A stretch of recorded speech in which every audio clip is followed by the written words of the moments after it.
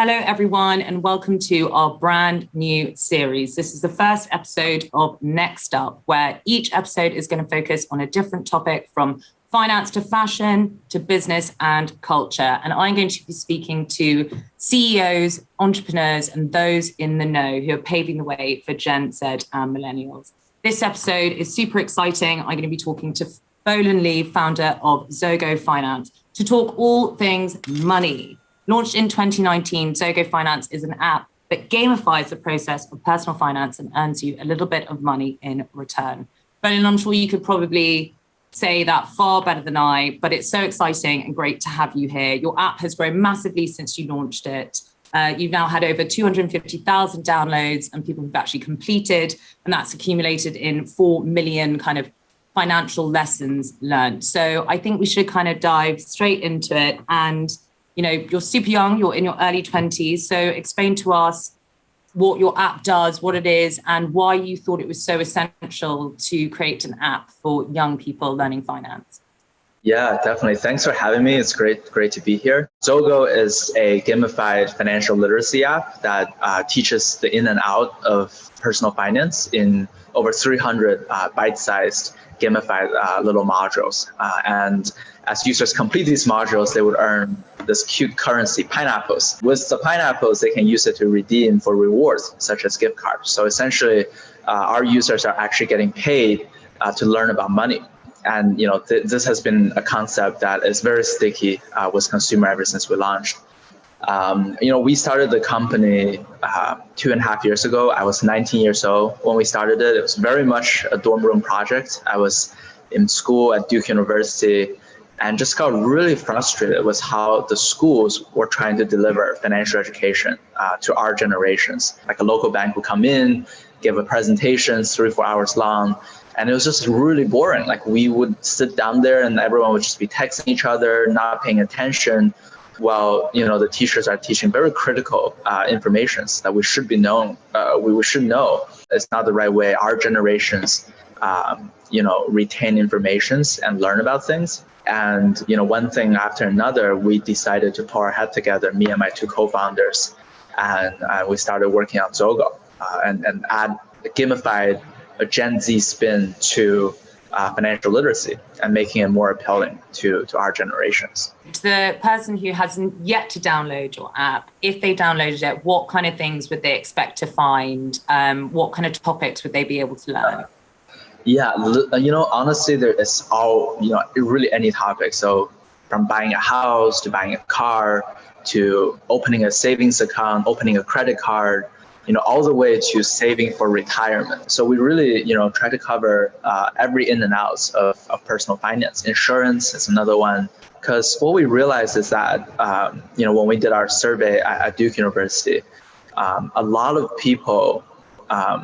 young people, they really want to learn about personal finance, but they almost feel intimidated and they feel, that they are almost a little embarrassed sometimes to ask their friends about personal finance. So we really try to include as many topics as we can into the app and present it in a way that makes sense and less intimidating, more like the pineapples behind me. Yeah, which is cute and fun. And who doesn't want a little pineapple on their screen? Exactly. But when you go into the app, you have this kind of element called sponsors, and essentially that links you to financial institutions and banks. Why is it important to have that on the app? And, why is it good to connect that to a young consumer? It has been our strategy from the very beginning. We work directly with financial institutions and partner with them to distribute the technology, to distribute the app to their customers. Because what we believe is at the end of the day, when you open that first checking account at whatever bank, when you get the first mortgage, that is the best moment to start learning. So we've had a focus on working with financial institutions since day one. And also financial institution, kind of are the one behind the scenes supporting and sponsoring all of the rewards that the users are earning. Obviously it is a great way for them to reach out to the younger audience, not through long boring presentation in school, but through a very fun and engaging technology. And what's been the response like? Have you found that all these banks are kind of like, yes, this is amazing, like finding someone's kind of bridging that gap? Because as you said, like, I do think when you think of banks, it is so boring, like, and it's quite scary to even walk in and like and do a pay slip or anything like that. It's quite intimidating. Like, what's the response been like actually from the financial side to you essentially saying like, here's all these like very cool Gen Zers and they're playing this game, you know, how's that kind of matched up? Yeah, no, you're absolutely right. You know, banks historically has been, you know, I would say, you know, rather boring in the marketing materials. It's, you know, usually a little flyer. You know, I'm sure it's like that in the UK as well. It definitely is. And something interactive like Zogo is just a breath of fresh air, you know, for the financial institutions. You know, like we launched, you know, about a year and a half ago, and today we have closer to 100 financial institutions in the US that are, you know, distribution partner for Zogo. Ranging from local, you know, community banks, credit unions, all the way up to global brand like American Express, right? So it's a wide range of financial institutions that we're working with. And it definitely, you know, not only, I think, helps the financial institution become more on brand with this younger demographic, but also really increase the loyalty of existing member base as well, that are parents, right, who are trying to teach the next generation their kids about financial literacy. But what kind of simple things are you asked the most? What are your consumers often asking you the most? Though I know like you have a lot of older consumers who use you a lot, people kind of more in their, I would say, mid to late 20s, as well as young people. What's quite often the, you know, start one, base one? What do people want to know? You know, it's super funny. And I never thought this would be the case before starting Zogo. And now we have enough data. It's just fascinating. So for Gen Z, we have two biggest groups on Zogo. One is Gen Z, one is Millennials. Each of them has about 40% of our total user base. For Gen Z, the first topic they always learn about is investing. Like for some reason, they're super into investing. And then when you look at the Millennials, like when they are getting, I guess when they get to a certain age and so the first topic they start learning is start saving. It's about savings. And that's just fascinating to me, right? Like you wouldn't really think, you know, like a Gen Z is so into investing. I think, you know, especially with currently in the news with like Robinhood and all these other stuff, like investing seems like quite a quick way to make money. And you know, like, I think obviously like people like to obviously have a quick return, but, you know, with investment, I think there's often a bit of a misconception that you actually need to have tons of money and you need to be earning loads. I'm not sure that's completely true. Like, how do you kind of say that to your young people on an app? Like, what tips you actually giving these Gen Zers about investing or investing well and safely, I think is quite important. We really want to make sure that our users understand, number one, you don't need a lot of money to start investing. And number two, investing doesn't really just mean investing in the stock market. There are a lot of other places you can invest. And oftentimes as young people, perhaps the best place to invest the money is invest in yourself and self-improvement, right? It doesn't have to be buying stock. It could be buying a book and to get you really good at a skill. And then you can start going out, you know, making money with that skill.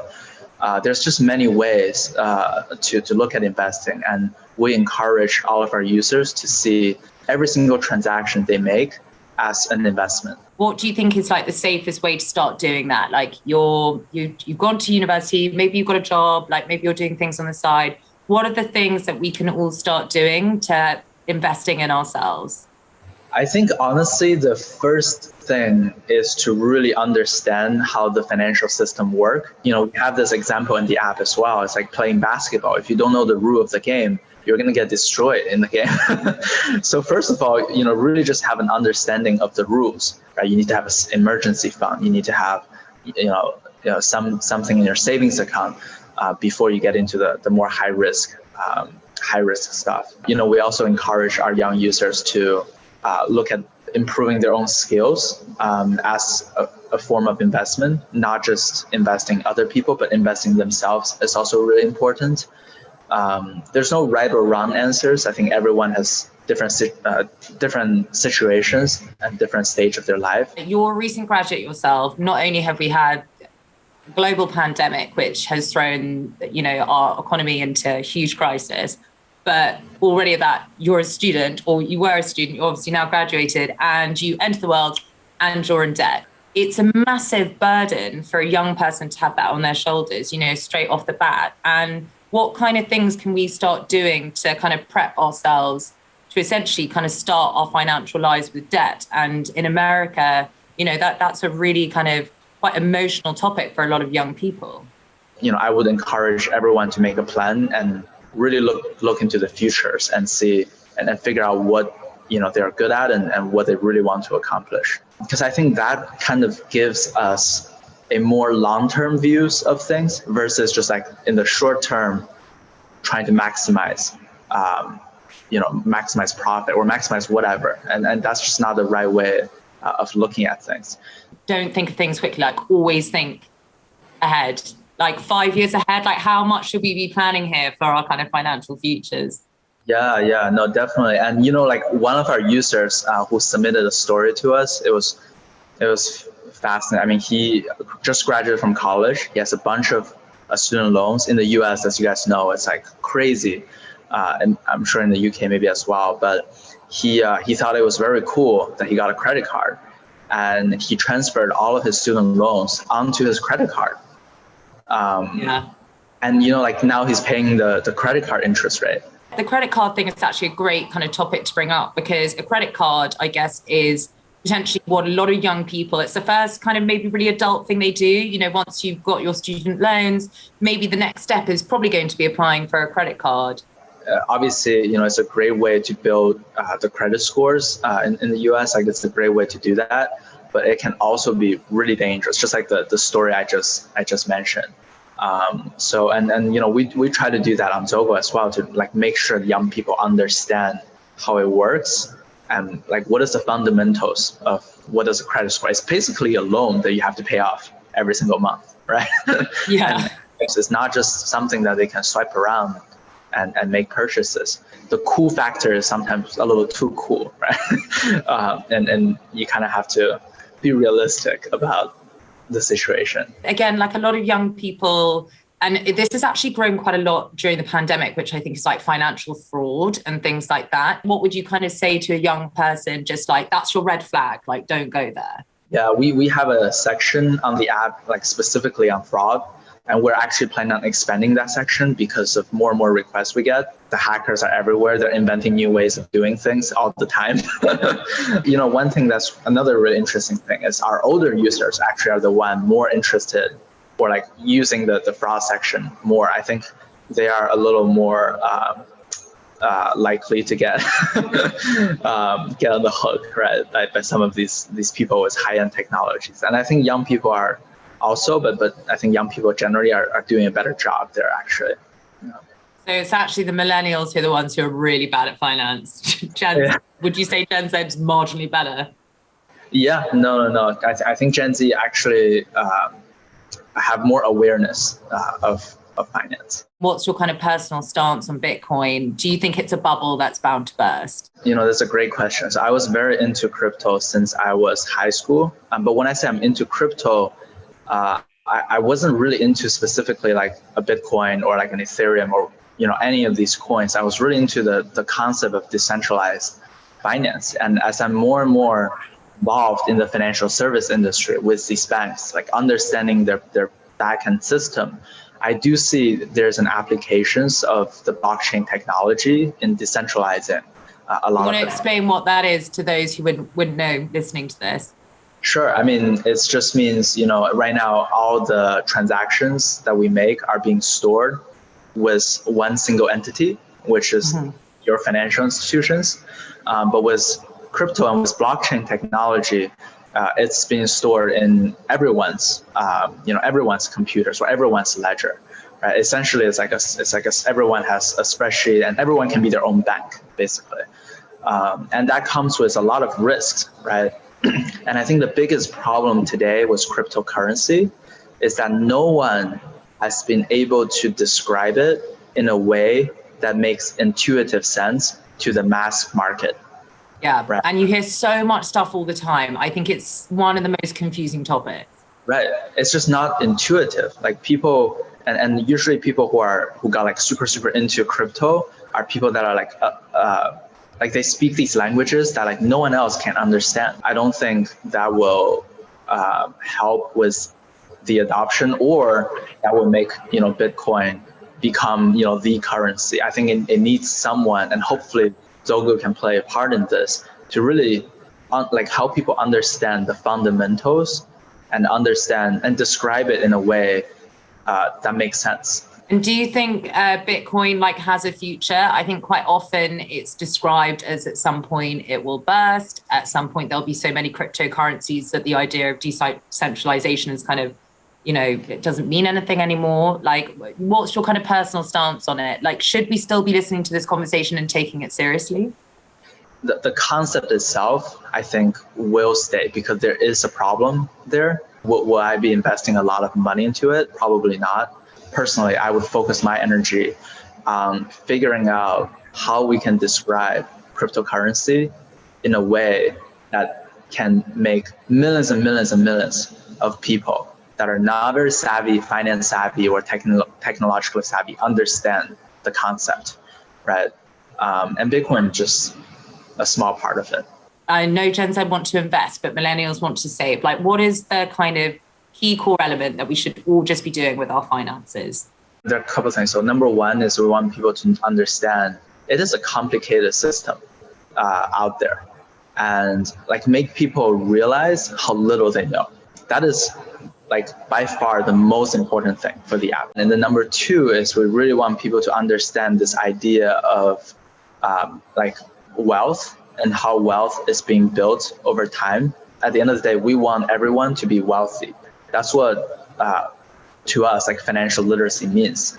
And everyone should be able to accomplish that if, they really understand how the system works. Bolun, I'm going to get you to translate a couple of phrases that you might hear on a financial floor all on Wall Street. We're going to start flipping the books. Tell me about it. Yeah, so it's basically, buying something that is making a ton of money and buying it at a low point and then trying to sell it off as soon as possible. Love it. What is a dead cat bounce? A dead cat bounce is when something is going down, like say the stock is going down, and then it might go up a little bit, and then it would go down again. So that little bounce is dead cat bounce. What is it when someone says a bake-off? So it's like two investment firms or multiple investment banking firms trying to compete for a deal, and it will get really intense as they compete for that deal. Okay, what's catch a falling knife? Catch a falling knife is when you try to buy something that is going down and trying to buy it at a low point, but then they just keep going down after you get it. So it's basically dangerous. It's dangerous, yeah. Like you're trying to buy low and try to sell high, but it just keep going lower after you buy it. It's like you catch the falling knife. Pump and dump sounds quite dodgy. Pump and dump, I mean, you buy something and keep making it keep higher and higher and higher, the price higher, and then you dump it when it gets to a certain point. You're on top of all your terminology. Bolun, thank you so much for talking all things money today. I've learned an incredible amount, and I'm sure our audience have too. Thank you for giving us your time and telling us about Zogo. And from everyone, watch our next up episode next week.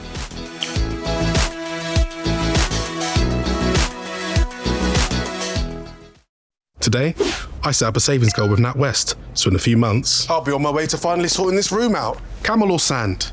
Sand. NatWest. Tomorrow begins today.